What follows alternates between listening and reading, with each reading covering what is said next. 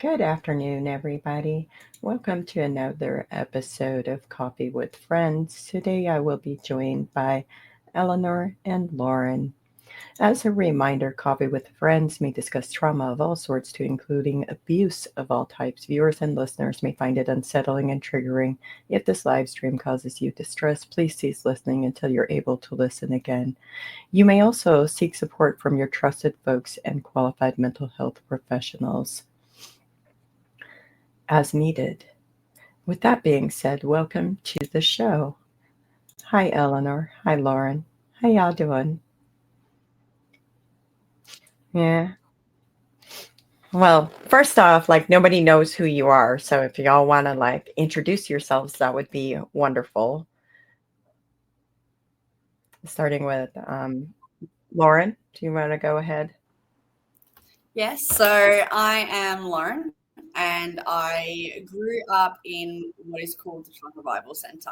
So it is a high control Pentecostal group that believes in the end of times, the end of the world, and the second coming of Christ. Um, and now I run a business selling stickers that raises awareness around the mental health effects of religious trauma and mental health effects of life. Well, I'm so glad you could join us, and thank you so much. I do think that shunning and mental health might have some kind of impacts on each other, but sure. Hi, Eleanor. Would you like to introduce yourself? Hi, I'm Eleanor. I have been writing about leaving the Independent Fundamental Baptist Church for about 10 years now. Um, and that's where most of my experience comes from. But I have a lot of other friends from other high control religious backgrounds, like ex-Pentecostal. So I'm always interested in talking to people from other groups too. So yeah, and yes, I was shunned when I left my church. And funny enough, I'm actually right now at a coffee in the same neighborhood as where I was shunned, which is ironic. What a perfect place for you to come join us from. Do you feel like you're doing the Lord's work? Yes. So, why are you guys interested in talking about shunning specifically? I mean, I know you were shunned, but what about that makes you want to talk about it? I think the fact that there isn't enough conversation or support for when you do make that decision and you're on the other side. I think the fact that when you make a decision to leave not just a religion, but a family unit that also believes in that same particular thing, it can lead to so much confusion, cognitive dissonance, and just sadness, loneliness, isolation as well. I know when I first left, I was 18. I still didn't know how the world functioned at all. I was incredibly naive in a lot of aspects of life when I first left. And I think that needs to change. Mm-hmm. Yeah, you mentioned the family impact. Okay, that makes sense. And then you have the social isolation, but now you're running this Yep. organization for mental health, so that totally tracks and makes Yes. sense to me. What about you, Eleanor? Thank Why you. do you want to talk about shunning? Well, I think that it's something that a lot of people don't really understand who didn't grow up in a high control background. And it seems to be a common theme with a lot of people I know who have experienced high control religion, where they grew up in a family that was very, very enmeshed. Like you do everything together all the time, and even more enmeshed with your family than you are with your church. But that's considered the safe people, right? The people who are following God, and this is my little isolated community where I'm safe. Um, and trying to explain that to my college professors when I was first being ostracized from my church because I decided to move out was really hard to understand, to just explain to people. Like my first therapist at my college was purely secular, and he was really trying to understand, but he didn't get it. And he also didn't have the background with Christianity to really get it. Um, so, like, I think it's important to explain, like, why it feels so bad to this depth. Because, like, people on the outside can tell you stuff like, well, this is really codependent. Like, you need to live your own life, like, and not let your family control you and stuff like that. And all of that is very true. Yes, you do need to work through that and recover, but it feels a certain way in the moment when it's happening. And because you've never experienced anything else really in your life, it's really hard for people to understand why it's so upsetting to you, like crippling to the point that you might have a chronic illness flare and a depression flare and have to drop college classes. People don't understand why you can't just cope with it, but this has been like your whole life, and you're losing your whole life. So what I heard is that there was a very strict, like, in-group versus out-group, like an us versus them mentality. Like, only the good people are people who are part of the group. If they don't belong to the group, or if they don't believe exactly the same way as the group, then they kind of get cast aside. And now you no longer belong. So you lose your sense of belonging. But humans, isn't it just human to, like, want to belong somewhere? And then you're trying to Yeah. explain this to even secular mental health providers, but they might have been a little bit out of their depth. Like, they perhaps were a bit unqualified to be providing that specific type of religious trauma recovery therapy, because they didn't have the understanding, the education, the information, and the knowledge to be able to assist you in navigating out of that. I think that is absolutely true, because like the second therapist I saw at college, this was like 10 years ago.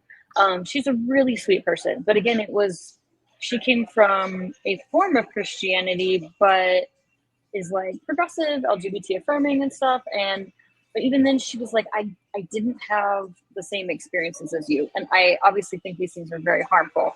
Um, but she was really trying to understand. And one of my friends actually is now going to my college and has seen her more recently and brought me up. And the therapist response was, oh God, like I was a baby therapist at that point. I was out of my depth, basically. And I thought that was kind of funny. I mean, like she was honest about it, you know. And I wonder if my first therapist that was secular would feel that way too. I would guess probably so. Hopefully they've encountered more people. I mean, this is in Colorado Springs, so there's bound to be a lot more people that they've encountered with these types of issues. But even like my professors and stuff, they were like, they wanted to see me succeed and they meant the best for me. But they were like, you know, you've got to like figure out a way to be able to function and like finish your college classes and graduate. And that's what I wanted too. But sometimes it was just so hard. It felt like this heavy weight was on me. Like all I could think about was the fact that like I have lost my entire community within a few days, a week. And then I was getting letters from people asking me to repent and come back. And I worried a lot about being followed and being stalked. I was very paranoid because I just really didn't know what would happen next, because people would just sometimes drop by my apartment and try to get me to come back. And I wasn't really sure what links people might go to and justify to make me come back, if that makes sense. So, can I ask you something? Yeah. You say you were really paranoid, but people would just drop by and try to have you repent of wanting to live on your own at 22 years of age, right? Like okay. So that was your sin, right? This was your unholiest of unholy sins. That made you a whole Jezebel, right? Yes, yes. Okay. Because So because the pastor literally told me that if you move out on your own and you leave your father's protection, he basically believed in Bill Gothard's theory. Or at least even if he didn't believe it, he was using it against me. That you have to be under your father's protection until you're under your husband's protection. And so that was a sin to leave and be out from under the protection. If your parents allowed you to move out, that was one thing, but yours weren't allowing you. So that was a sin. And he told me that I was following Satan. So like my parents were like Oh, worried about me. Yeah. My oh, parents that got were, escalated quickly. yes, he literally said you were following Satan. And I was like, oh, great, thanks. So I cried like because I had always been a good kid at church and stuff for the most part. Like I've been strong-willed in some ways, but I had never like been in trouble with the pastor before. I didn't know my whole life was going to implode when I told him I wanted to move out. I thought he might not like it, but I didn't know it was going to implode. And my parents were like worried because they saw it as like our child is sinning. And so they ended up like they would drop by my college and like they would find my bicycle because I didn't have a car at first. And so they would drop by and leave sermon CDs in my book bag on my bike and stuff So, like that to try to make me come back. so was that really paranoid, or were they harassing you? It was like harassing and stalking. I was like, my brain kept trying to think, well, what else might someone do? And not Hmm. all of that was actually reality. But when you're in that mental state, you're like, well, if this person is super desperate to do something or make me do something to conform to their religion, what other links might they go to? So So again, was it it's hard to paranoia? know. Was it really paranoia? Or was it based on people's actions and behaviors that told you Um, that you were unsafe?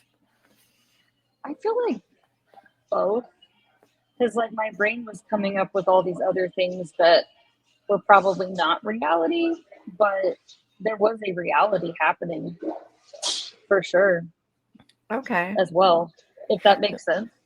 So, Eleanor, when I did a mental health assessment to be diagnosed as autistic, one of the questions they asked me was, "Does your birth family support you?" If I say no, it's the truth. Do I think? And then another question was, "Do I think people are stalking and harassing me?" If I say yes, it's the truth. But also, is that paranoia? Well, if they're really doing stalking and harassing behaviors, then it's like reality. Uh huh. Okay. But like my anxiety came up with a lot of things that didn't happen and assumed some other things that I've since realized like, okay, that wasn't true, you know. Well, of But like course, like you're trauma afraid. brain, you know, Yeah, like like your trauma brain, like like you're living in survival mode. So you're right. coming up with like all of the scenarios so you can mentally prepare. That's not making it so that you're talking about these things as if they didn't happen. Is it really paranoia, or just Yeah. simply trying to keep yourself alive and safe? Yeah. I'm I'm I'm sorry. Yeah, I'm no, sorry. you're Laura, good. do you have thoughts? I mean, oh, we can't hear you. We I can't hear Lauren. Can you hear her? I can't either. Nope, we still can't hear you. Oh no, it's not working. Oh my word. Well, this has been a fun time. We'll see if we can figure out the audio. Anyways, so with that being said, I just think that often, like when we're in survival mode, the way we respond, and when you have just lost, like when you are part of an insular religious group, when you're part of a high control religious group, and like your group is very insular and isolated, and they're often disconnected, and they uphold this firm like us versus them mentality, and you exit that group. When you escape, you are very vulnerable, and it can be devastating. It can be devastating on so many levels. Like, I know that there's people that would say Well, you knew they were going to shun you because you were Mm-hmm. baptized in the church and because blah, blah, blah, blah, blah. Right? Um, they would say, you knew. They would Hello? say, you knew. Hello? Hello? Yes. Okay. I had to mute Lauren because I was getting an echo. So now let's try this again. Anyways, so they would say you knew that you were going to be shunned, so it's your fault. You made this decision to leave the church, and now we're showing you love by harassing you, writing you letters, telling you you're going to hell. I still have letters that are just a little something, but that was part of the way that they looked at us like the prodigal son, the prodigal child. Like we have to be repentant of our sin. And if our sin is like, oh, we didn't want to be part of an enmeshed family, well, I guess like that just made us follow Mm-hmm. Satan straight to the devil. Anyways, Lauren, did you have thoughts about this? I think a lot of it is certainly it comes down to fight or flight. I think the way our brains rewire everything, and when you said, it protects us and it can create situations and scenarios, and my brain's done the exact same thing on countless topics as well. And being able to get yourself off that circle and off the loop, I did find psychology helpful for that. I know Eleanor was talking about it earlier, and I as well have had many a psychologist in my lifetime. And it wasn't until later on down the track that I think it was like maybe the fourth or the fifth psychologist that I was seeing, I actually finally had the language to say, I've left a cult or I've left a high control group and my family has cut me off. Before I was wording it to say, I grew up in a really religious household and my family don't speak to me anymore. And people were just sort of like, that's sad. And you're like, yeah, but no one really dug deeper to go, well, why isn't her family talking to her? Why isn't she talking to her family? Why does she have three siblings that she doesn't have contact with? Things like that. So I think if the mental health world looked deeper or they had the right questions straight off the bat to go, this participant has mentioned religion. Well, okay, what the question maybe could be looked at, well, what would it look like if you were to leave that religion? Would your family follow you? And I think for a lot of us, it would be no, they wouldn't follow us. Another thing. Okay. Okay. Some of you already know, some of the people who will watch this or listen to this, they already know that I cry about good things and I cry about bad things and I cry about everything in between. I cry, okay? A lot. Thank you. Anyways, so if I cry about this one, just know that there's a silver lining here. Well, not really. But so like one of the things too that people often lose when they leave a group that is religious and they may not think that it's a high control group, but they often lose access to familial resources or support or community resources and support. Um, Today I bought a car for my 17-year-old. Um, I bought that car through the assistance of one of my connections that I've made with people. Uh, when I was talking about the fact that I'm financially looking at this, it's expensive. I don't have a lot of money, and it's difficult. This friend of mine said, "No, I got your back. We got your back. We're gonna help you do this." Well, they did help me do that, and it means the world to me. But like, it's also one of those things where people often think that, well, why don't you just do it? They don't understand that the financial safety networks that many people have, we don't have. We've never had that. Like when you wanted to go buy your first car, I don't know who helped you buy your first car. I want. My college professor did. His older mother wasn't driving anymore, and she had a 1996 Toyota Avalon. This was in 2012, and it had only 20,000 miles on it. And so he sold it to me for $3,000. My first car, I paid $500 for in 2004. It was a little black with red stripes Pontiac Grand Prix. The gas gauge didn't work on it. I had to track the miles, so I didn't run out of gas. Literally, but like that's like the thing is my family of origin didn't help me. I had a lot of yeah. I had like eventually I had people who did help me, and like in a way it's like amazing that like all these years later now I get to have people who kind of do show up when they can. Like that's so I want people to know that even if you're struggling today, tomorrow may be better. Someday that day may come. But I also think that is part of why we need to talk about the impacts of mandated social isolation, because it doesn't just impact us, it also impacts our future generations.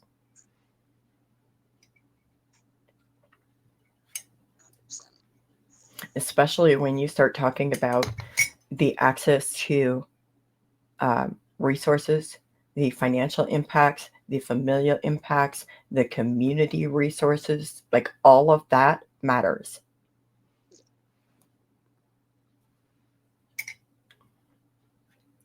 I think if it was more streamlined, it would make it easier for people to access, Yeah, you think? but it's not. So, do you think, Eleanor, that people need more access to resources than what we're giving them at this moment in time when they leave groups like that?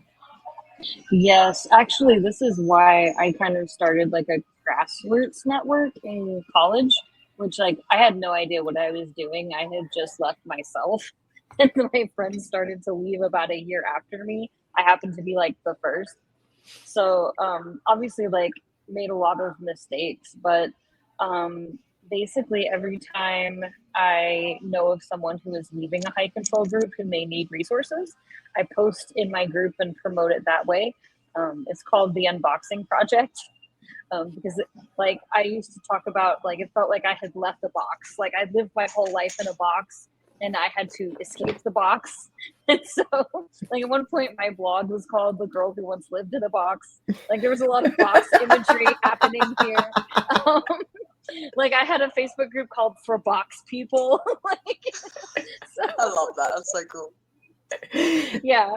And so like I have helped house people, and sometimes it's worked out well and sometimes it hasn't worked out well, because when people are used to being able to set no boundaries for themselves, sometimes they are not used to other people having boundaries. Like if someone takes you into their home, like it's with, hey, like I'm also a refugee from high control religion, don't share my address with people, so don't share my address maybe without telling me, because I want to keep both of us safe. And those kind of things, sometimes they don't always understand and respect that. And so I've also had to like have some really hard lines with some people, and there are some people that I have helped that I don't talk to anymore. But like, I mean, I wish we always got along with all of the other refugees. It's hard when everybody has complex trauma, and some people are willing to go to therapy and work through it, and some people are not. So, Mhm. but anyway, like I've also gotten to help a lot of people. It's been a difficult thing to do, but it's also been really important. And like when I was upgrading my car in 2019, I gave my old car to somebody who had gone through a really bad situation.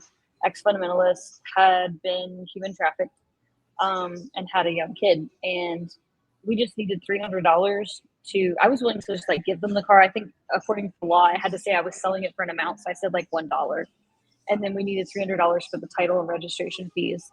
and we were able to fundraise on Facebook and online to make that happen, which was awesome. That's awesome. That's amazing. I think that one of the things that I am most proud of is, when people who exit those groups often having that understanding of we all have complex trauma.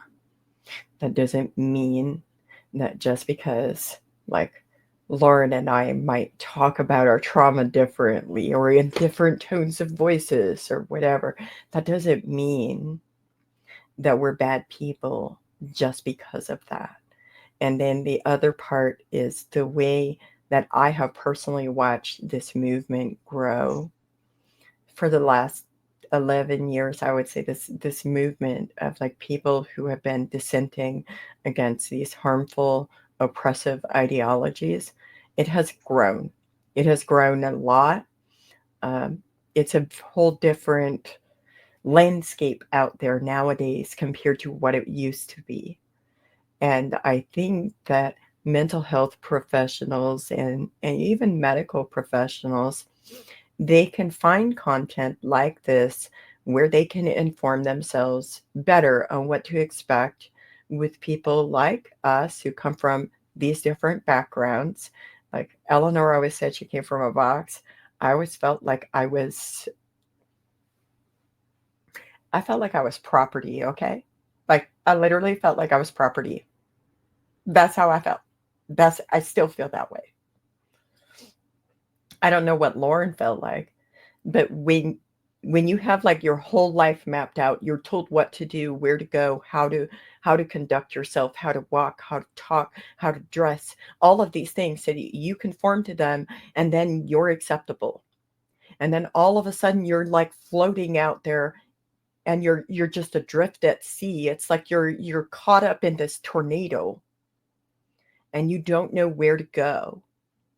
And that the expectation from the group, the internal expectation from the group, that now because you're not complying with these directives, because that's all this is. All this is patriarchal authority. That's all this is, because these are men in charge of us. Like you said your pastor was, what was his name? I forget. Well, you Oh, don't have to tell me. Yeah. no, you're good. Yeah, I'm pretty open about it. So Jeff Anderson, and it was Grace Bible Church in Colorado Springs. He actually later was asked to take a sabbatical, and then he resigned because he had secretly married his one of his sons to one of the Russian pastor's daughters, because we had a Russian service at our church. And that was against the rules at the Air Force Academy, where his son had a scholarship, and a bunch of the elders were on the had been retired Air Force or part I'm of the sorry. Air Force Academy, so they ratted him out. I'm And so it's really kind of funny because he had a lot of double standards, I feel like, because okay, so it's fine to literally lie to the government and secret marry your son to avoid the appearance of evil, but I can't move out of my parents' house. Okay, cool. That makes sense.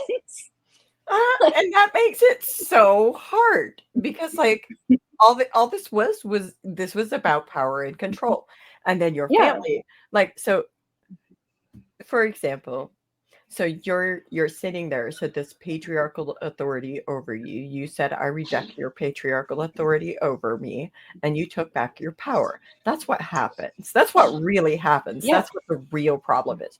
You took back your power and you said, what? I'm going to live my life. And then magically, even though he thought he had all this power and authority, all of a sudden, the proximity to power no longer benefited him.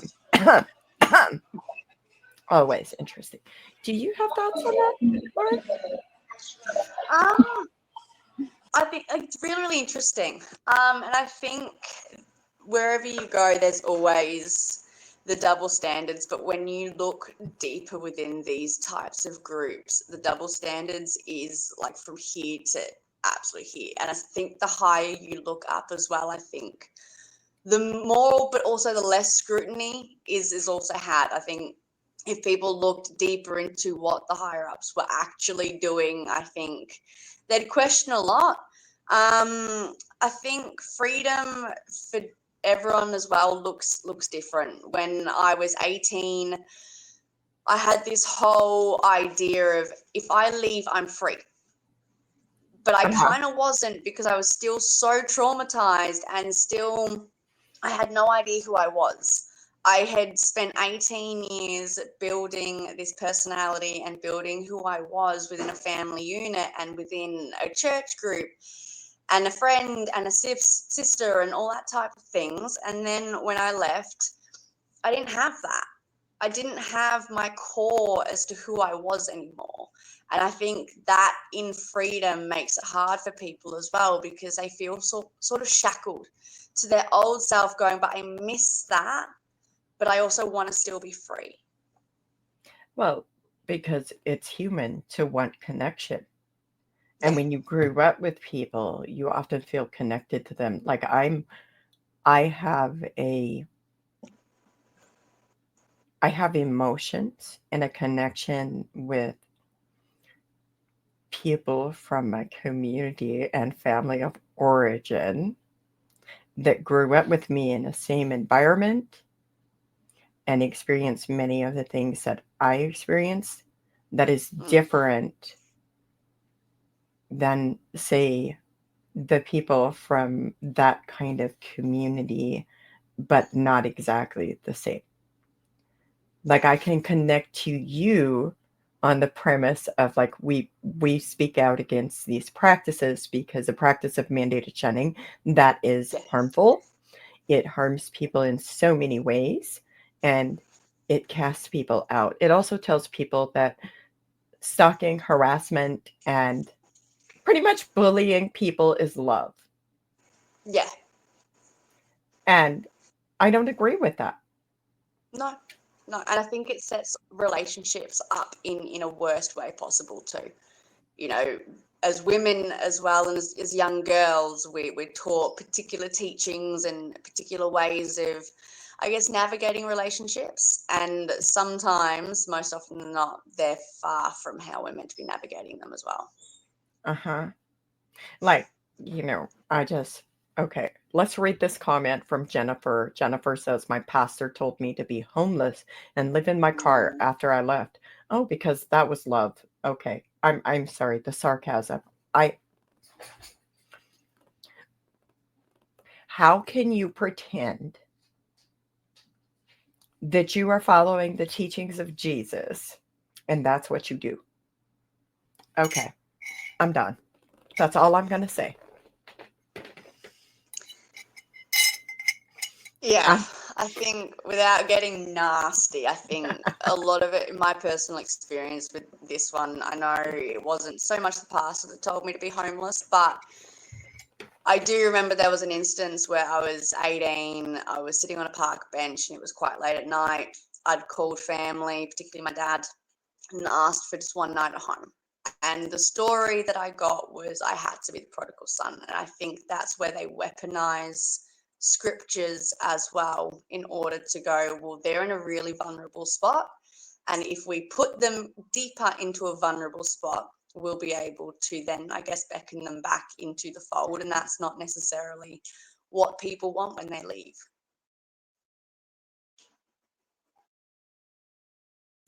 Another thing is when you make access to resources contingent on compliance, all you're doing is trading out one controlling environment for another one. Also, what you're doing is you're telling people, unless you live your life the way I've decided you must live your life, I'm not, you're not good enough. I've decided Yeah. you're not good enough. And so that kind of upholds the moral superiority complex. Like setting boundaries for people to allow you to connect in a healthy way is kind of like what Eleanor was talking about. Okay, so here's my boundary. I can't make you respect this boundary, but if you have a boundary violation, I can let you know that I'm going to ask you to leave my premise because you're unsafe and you're affecting my safety. For me, it's also the safety of my child. Like, you don't get to just go around and give out my child's information or my information or my address or what kind of car I drive. Like those things, you don't put that information out there because that is a safety issue. My car was literally stolen from my driveway. Oh, Like jeez. almost 3 years ago. I can't even. I've had people piss on my car in my driveway. I've had people smash glass bottles in my driveway. Okay? So like all I'm saying is when I tell you it's a safety issue, Mm, that is a boundary. I am letting you know how you can connect with me safely. yeah. Because, a boundary is more like it allows you to reach through the fence and hold hands. It's not like I built a wall and Lawrence can have to take a hammer and hammer it down. So, I don't anyways, like if that I analogy. It's find good. out that you put any of my private information out there like that, like that's a boundary. I'm letting you know. I'm with Eleanor at this one. Yeah. Yeah, I actually went to my employer because I am a teacher, so I work for a public school district, and I don't usually say where I work exactly online anywhere. I will tell past employers, I'll put past employers on LinkedIn all the time, but not where I currently work. And I actually asked them, I put in a ticket with IT and said, do not list me in the staff directory. I have had issues with stalkers before, and I don't want people to know where I work at all. And they removed me from the staff directory. So that was awesome. That's really good. And I told a couple of other people who I know that are LGBT who are my coworkers that they could do that too, because like groups like Libs of TikTok and other people come after people and try to get people fired and all this other stuff. And so to make that difficult, it's just nice to remove whatever your current employer is online. Yeah. That is really good. I'm so glad they did that for you. And then when I was, at one point, I was involved in a lawsuit against a newspaper that I worked for because they didn't pay overtime. And they also were gender discriminating. And right after I filed the lawsuit, there was a bomb threat at my Starbucks, like someone left a bomb. Turns out now it was totally unrelated, but at the time I was afraid because I knew that the person who owned the newspaper was a billionaire super lawyer who was very well known and very politically connected in Texas. So my mind was like running crazy with all these like possibilities. And it turns out, no, it was just a totally random guy. It was completely unrelated coincidence. But like when you're in the moment in that survival mode, you know, you're like, well, is it my former employer? Are they trying to kill me so I can't sue them? I don't know. Like, so also people are just kind of crazy. Yeah. So yeah, I try to like not have my public details out there. And that's why, though, because people do all kinds of things. I find this interesting, though. Jennifer says they didn't want me back. They wanted to torture me without giving me an opportunity to come back. Have you ever heard of accounts like that? Where people I weren't. haven't personally, I don't think, but I could be wrong. No? Okay. Because I've heard from people where they're like, look, I was the first person from my church of origin, and they don't want like to report like the abuse I had experienced, and they don't want me back. They're like, you're going straight to hell. It's like you're on playing Monopoly. Do not pass go. Go straight to hell. Like that's it. You don't get paid $200. You don't get nothing. No. But that's also part of the mandated shunning. Like, so if somebody is marked like that, like once you're in apostate, once you're part of the group that they see as not, you're not good quality enough, you're not conforming enough, then what happens if people inside the group still affiliate with you? Is it safe for them to do so without social repercussions? Oh gosh, no. Really? What repercussions could there possibly be for saying hi to me? Go I think the on. list is incredibly long. What? Like, I'm just, look, is it the red hair?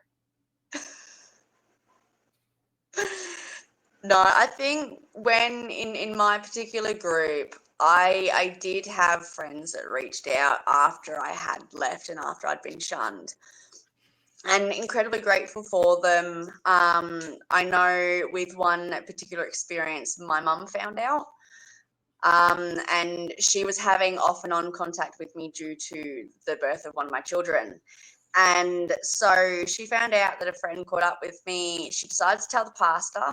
The pastor then spoke with that particular friend, who then messaged me and said she thinks that it would be best if we just didn't hang out anymore until I had returned back to the fold, and that she meant no hard feelings, and then she blocked me on social media.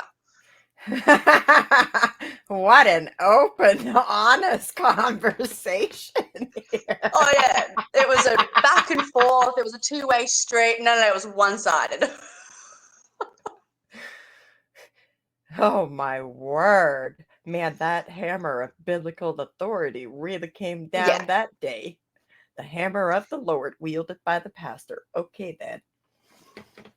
And being within the family and the fold, I think for particularly my upbringing, the image was everything. And if that image wasn't squeaky clean and wasn't up to par, then the fear was people would look in and people would see the cracks, and people would call you unholy, or that you weren't praying enough and you weren't seeking enough of I suppose guidance. And especially then when you mix in talking to people who have been shunned, it's a temptation. It's a fleshy temptation, I suppose. And again, it's all leading back to that mental health effects of guilt, and how do you grieve people that you've lost that are still alive?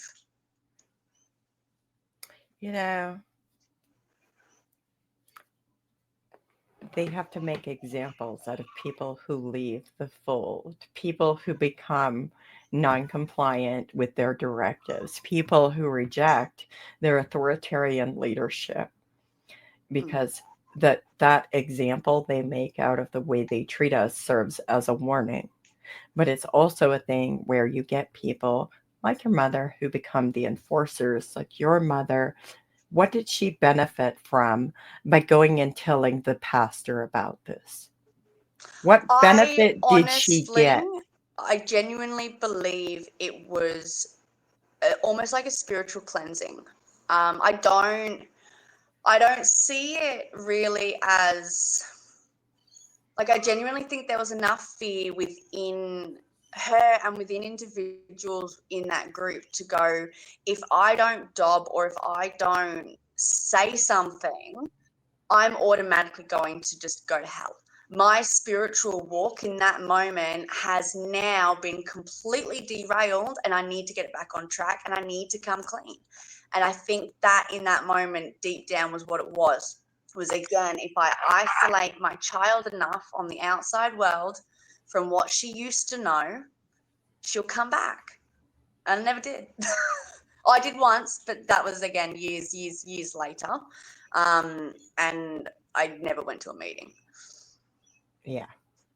So she obtained some self-righteousness. Yeah. And I almost want to say that it almost sounds like she didn't just obtain self-righteousness. Is there an element of like the purity? Like you said, it seems like she got a cleansing from it, of like she got like an absolution of salvation from doing this because she did the Lord's work, and the Lord's work is throwing her child to the world. Because you're living this worldly life where she's like your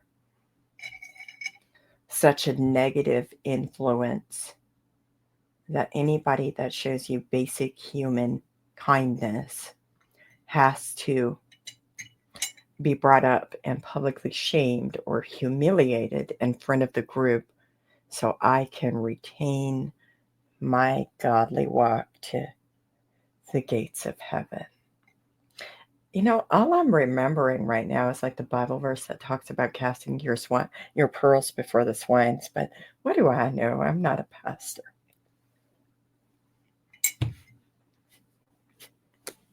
Eleanor, do you have thoughts about this? I have so many thoughts, but I can't think of a way to talk about them succinctly. It's like I have so many thoughts about all of that. I think there's a lot to unpack there. Like it's like one little thing, but it's like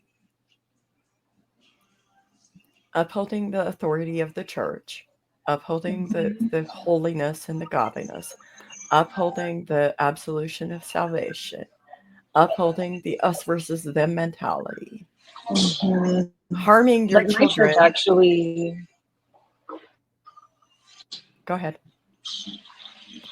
Oh, sorry.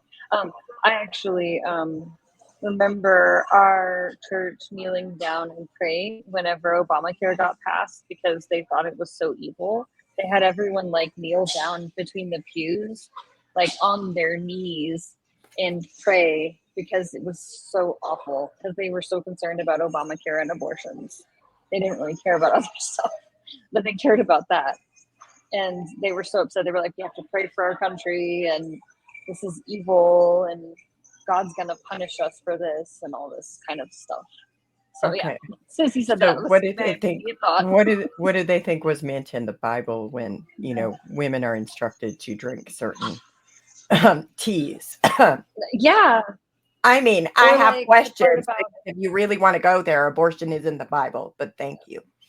Exactly. Or the part about taking care of the widows and orphans. Yeah.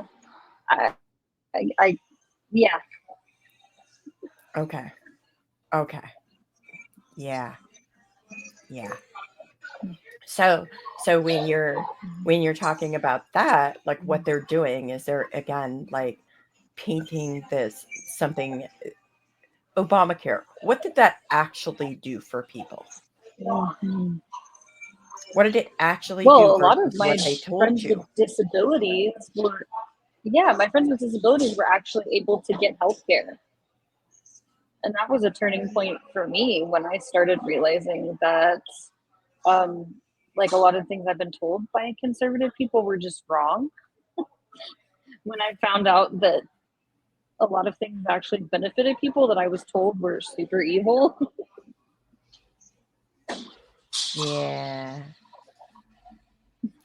So how's it feel nowadays to even think about that? Really strange. And I tend to think about it in the part of town that I'm sitting in right now, because that's where a lot of these things happen. I kind of avoid driving by here a lot, actually, because it brings up so many thoughts and feelings of what things felt like then, and not knowing. I remember just riding on my bike or walking around this area and feeling so ungrounded because everything I knew I had lost. And it was well, now what? Now what do I do? Because it's really hard to lose everything at once. Mm-hmm. Your community, your family, and now 10 years later things are different. I have a relationship with my family with boundaries because some other people in my family are not part of that group anymore, and also my parents are now less extreme, and they've realized that they could lose a lot more family connections than just me if they are more extreme. So I've been able to reestablish some relationships, but and then my parents actually realized that the pastor had been a dishonest person when the whole secret Russian marriage thing came up. So There's also that. But like at the Oh my time, it God. was really unsettling, and I had made it clear that I wanted to stay in touch with my family, and I wanted to stay in touch with my siblings, and I didn't. I just wanted to move out and start my own life. That was literally it. Um, so it's really hard for other members of my family. Sometimes they said, "Yeah, when we look back at that time, it feels like a divorce between you and mom and dad." Oh my God. So it feels like a divorce between you, your mom and dad, and then the church kicked you out, and then you were Yeah. basically like 22 years old, just trying to live your life, and you're just thrown to the wolves. Okay. Yeah, and I also like I was very cautious in some ways and very trusting in other ways. And so I've been trained to not trust any people that were not Christian. Like when I first called, I was like, I need to call someone. I'm suicidal when I was living in my parents' house. So I called folks on the family hoping they would help me.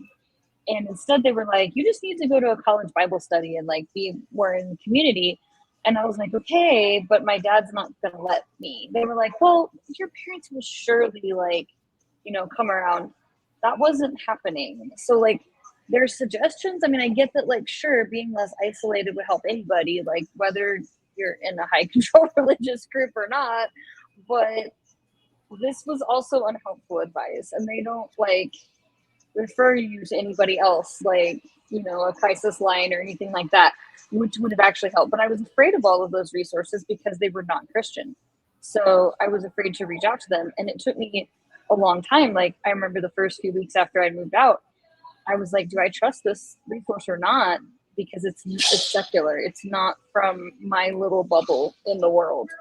And I realized I was leaving that bubble, but also I was scared to like talk to my therapist who wasn't Christian, and stuff like that. So it was really hard to know, do I trust this? But then at the same time, I was also overly trusting of other people in my life, people who seemed supportive at first. And so I thought, okay, well, I think I can trust them. And then it turned out they were not good people, or they were abusive to friends of mine, or predatory in other ways. And I saw how they treated other people around me. And then I realized they were not actually good people, even though they seemed supportive of people who were leaving environments like this. I think like often that part that you're talking about, the trusting, like people often think like, oh, trauma survivors, we just don't trust anybody. But people often don't talk about that, where we just over trust people, that we later can look back and we can be like, oh my God, like, why did I trust this person? You Yes. know? And so like I'm like super cautious, okay, in many ways. But I'm also like, I've taken so many steps to be able to connect with people. And Yes. I just think that we have to find ways to build meaningful connections. But another thing is when you start talking about the long-term impacts of shunning. And to be clear, we're talking about mandated social isolation. I don't care if you call it disfellowshipping. Oh, it's just a Bonenmeitung. It's church discipline. It's excommunication. They're just showing me tough love. You're just making your things right with the church. I don't care what you call it if it results in social isolation. Group mandated social isolation. That is what I'm talking about.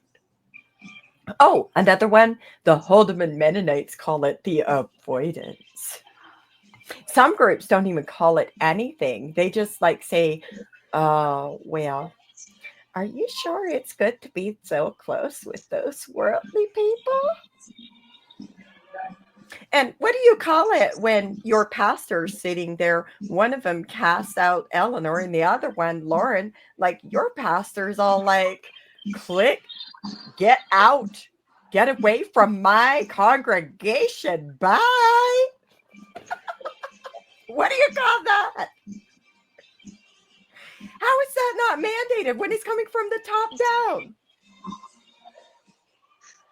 And I think that's where if there was a law that protected against it, I think it would be better. But there is no other way to explain it other than it comes exactly like you said from the top.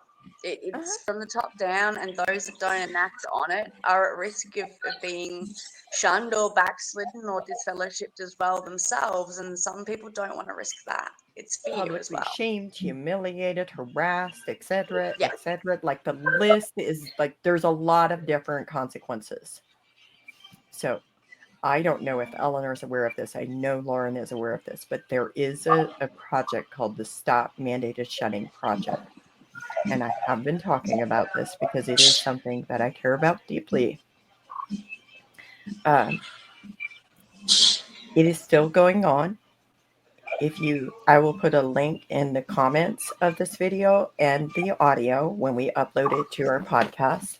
But I would highly encourage you to share this information because one of the ways that societal change happens is when we collect data and we collect numbers. And then we can say, okay, for these groups, these things happen. These are the common threads regardless of whether it's IFB or I can never remember your church name, your former church. Lauren, what was your church name? Geelong Revival Centre. Yeah, Geelong Bible Center. I think I got it. Whichever one it is, or I was Amish. I was Old Order Amish and Troyer Amish. So like when you start talking about these different groups and you say, well, these things happened within these groups, now you're able to kind of like collectively say, okay, so for this many people who left the group, or if you are part of one of these groups and you want the data to be more reflective of all experiences, you're also invited to go respond to this mandated shunning survey and answer the survey questions. The reason being is when people within the group answer these questions, what happens is you get a more complete picture of what is happening. And then perhaps we can have some kind of idea of how to address this issue appropriately. Instead of just saying, I wasn't shunned, but, my group of origin practiced tough love or avoidance or disfellowshipping or excommunication or church discipline or whatever the list of things is. I mean, y'all probably got your own examples to add to that, but that's just mine. Well, and like in the Pentecostal church, because I have friends who have left the conservative apostolic Pentecostal church. It's such a interesting group because after I had left the IFB, I visited my friend's church, and they were kind of trying to get me to join their church, and I knew that, but I wasn't gonna do that. But also, I cared about my friend, and I had the feeling because we've been going through similar stuff with both of our pastors that they would also probably leave at some point or realize it wasn't great for them. Such a weird group.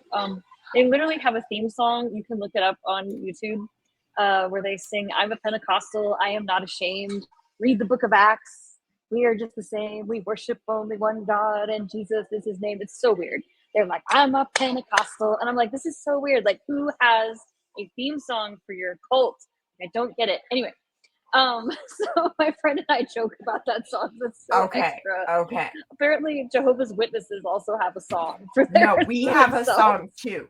I have not heard of a single Old Order Amish church that does not know this song. It's page 1 in the little songbook.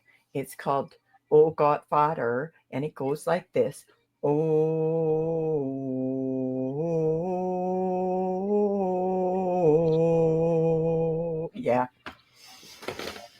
So interesting. I mean, I guess the closest thing we had was what's that one song they have kids sing a lot? Onward Christian Soldiers. The ultimate Christian nationalist theme. Yeah. So we would sing that sometimes. Oh my God. To war. Have you heard that one? No, but you know where I was introduced to that song? There's a book that okay, it's a Christmas Carol Kaufman book. First off, I don't read her books for pleasure anymore, but anyways, she wrote this book called One Way's Battle, and it's about this Christian boy who like runs away from home and goes and joins the military, and there's like that song in there. But we weren't allowed to sing that song because we are conscientious objectors. Okay. Wow. We are conscious. My stepfather was a conscientious objector, I'll have you know. Okay. Like, I'm just saying. Wild.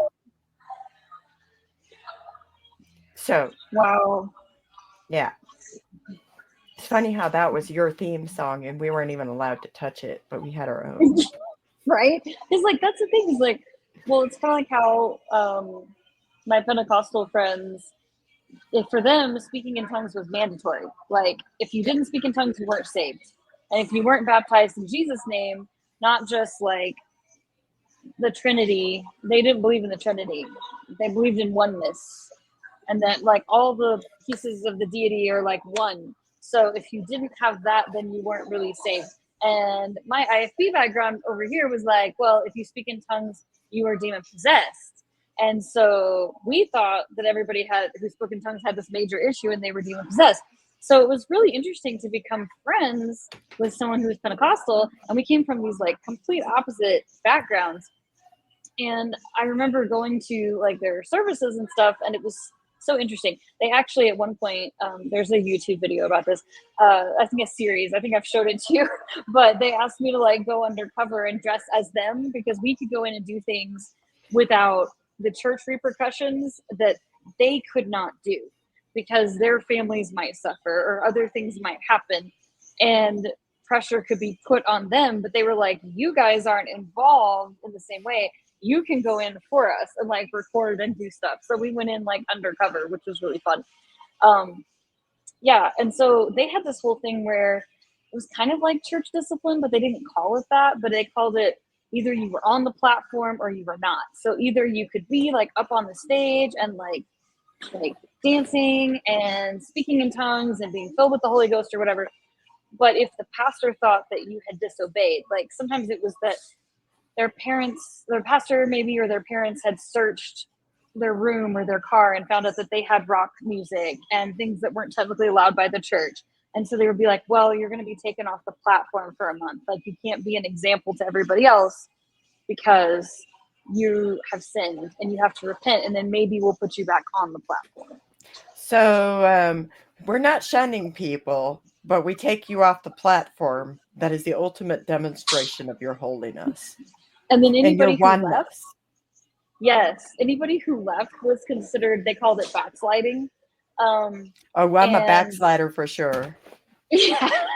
And then they would tell stories about the backsliders. Like, they had a whole play that they acted out at the church that my friend told me about that was very traumatic because it was about how some girl was a really good person. She was raised in the Pentecostal church, and her grandfather was a fourth generation Pentecostal preacher. Like, in their church structure, like UPCI, Apostolic Pentecostal, it's really important what generation Pentecostal you are. We didn't have that in the IFB like at all. But it's like super important who you descended from, I guess. And so this girl like had everything right. Pause. I am 11th generation born in America, and this matters, okay? Also, what kind of worldly Christians were you? Because you know that the Bible says no man knows, so it is not up to us to decide who has absolution of salvation. No man can know who will make it through the pearly gates. Okay, continue. That is so, wow, yeah. So you guys had the generations too. And see, we didn't have that. So I was like, what? How does it matter? Like, what? Because it was always emphasized to people in the IFB that like it doesn't matter if your grandparents were saved or if your parents were saved. You had to be saved, like, which is a super evangelical born again talking point. So yeah. Well, where was I? So anyway, like, this girl had been like super Pentecostal, and in this play that their church would do. And then she went to a movie. Gasp, the horror. How dare she? And she was with a guy in a car alone and went to a movie. How I'm scandalous. sorry. And then she was hit by a train or something or another car and had a horrible car accident. And then they showed her ghost. And her ghost came back to the church and visited her body and realized that she had died. And her coffin and everything was laid out for the church. And then it shows her getting dragged away by demons. And that's what my friends had to deal with growing up with. So there was a lot of fear for them when they left. I mean, there's a lot of fear for me too, but like they had some specific things that they were told would happen to them if they left the church. Yeah. That's they're villainizing anybody who's outside of the church, which often makes it easier for people to justify acts of violence or horror against them. But with that being said, we're gonna wrap things up now. If y'all have like any thoughts, this is my favorite part of the entire recording. If y'all have any thoughts for anybody who might be experiencing mandated shunning or struggling, do you have any thoughts about how they might navigate that or what you would want them to know?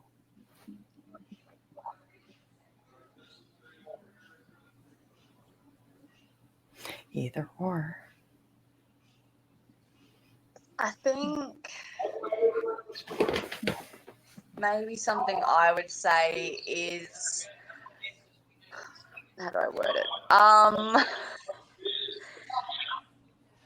Not worrying so much about what's going to happen at the end. I think I put so much focus into how much time left I had on the world and on the planet, as opposed to just living day by day and finding the small joys in parenting, or finding the joys in going for a walk with friends, or meeting new people, watching new movies, things like that. Find the joy in it. Thank you for that. I think it's really important to find joy in just life.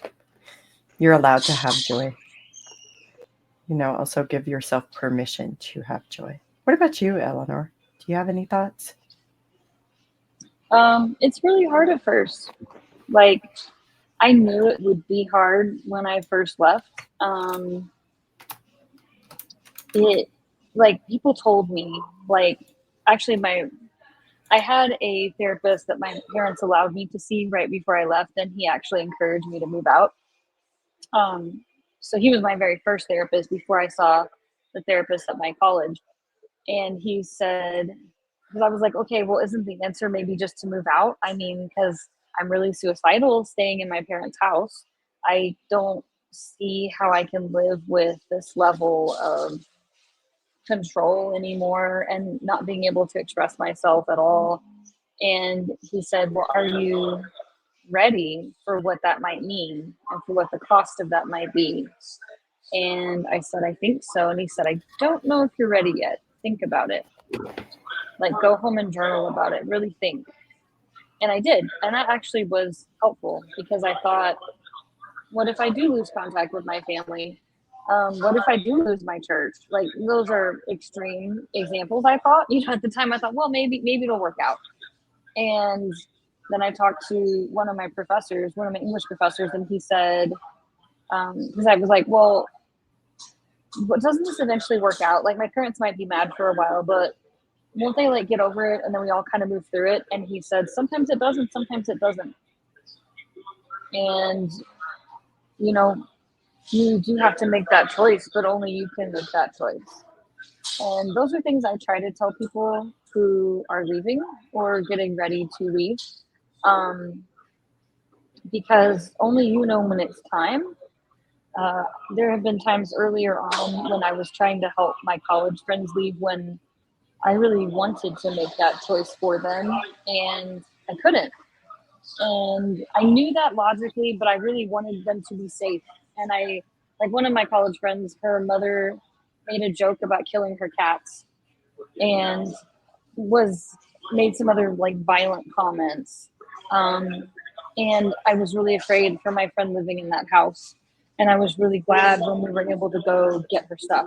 Like, mom was gone to a conference, and we were able to go in and get their stuff. And um, we like recruited some friends. That was another reason why I started that grassroots Facebook group, because I could just say like, "Hey guys, we have a case." Like, that was my wording for it. Hey, we have a case. We have someone who needs help. We need to go active. I'm going to give you the address. Like, can you show up at this time of this day? And then we would go in, get the stuff, and leave. And again, it was just like, it's the same way you do any community organizing, the same way you do any activism. There was nothing really special to it, but it was for this specific purpose and this specific population. And now I've gotten better at like waiting for when people are ready to leave, and when they tell me that they're ready to go, and if they, what kind of help they need. Um, but it's something that each person has to decide for themselves. And it can be like, even though it's going to be difficult, you don't really always know exactly how it's going to feel until you're there. But there's like a lot of other people who have had very similar experiences, even if your coworkers have like never heard of your obscure religious group before, and they're like, what even? Like, I have friends that, like people that were my coworkers at Starbucks, and now we both work in the education system. And they ask me sometimes, hey, like, I heard about this weird fundamentalist person. Do you know anything about them? And I get to explain it. So there are those people who they seek out people like us for education and stuff like that. And it may feel very lonely sometimes, but there are actually enough weird religious groups that you're not alone. There's definitely a lot of other people who have had these experiences, and the internet is bringing a lot of us together. Yeah. And I would also say that it's important if you're trying to assist people outside of these groups or people to escape an abusive environment where they're being experiencing mistreatment from a group or a specific family unit or what have you. When you're trying to assist people to escape these environments, the first and most foremost thing that I always find the most beneficial is when people gave me the autonomy to make decisions about my own life, but also provided information so that I could make an informed decision. And one of the things that I will never forget is the first time that somebody informed me that these are the options, okay? And we walked through like all of these options. And I said, okay, so I said, what option would you recommend? And they're like, well, I can recommend an option all you want, but like at the end of the day, it's your life. Mm-hmm. It's your life, and you have to be able to live with that. Not only that, you know what the right thing is for you. You know what you can live with. And even if you choose this option that I probably think I wouldn't have, even if you choose that option and later you learn that perhaps this was not the most ideal option, you have learned from it.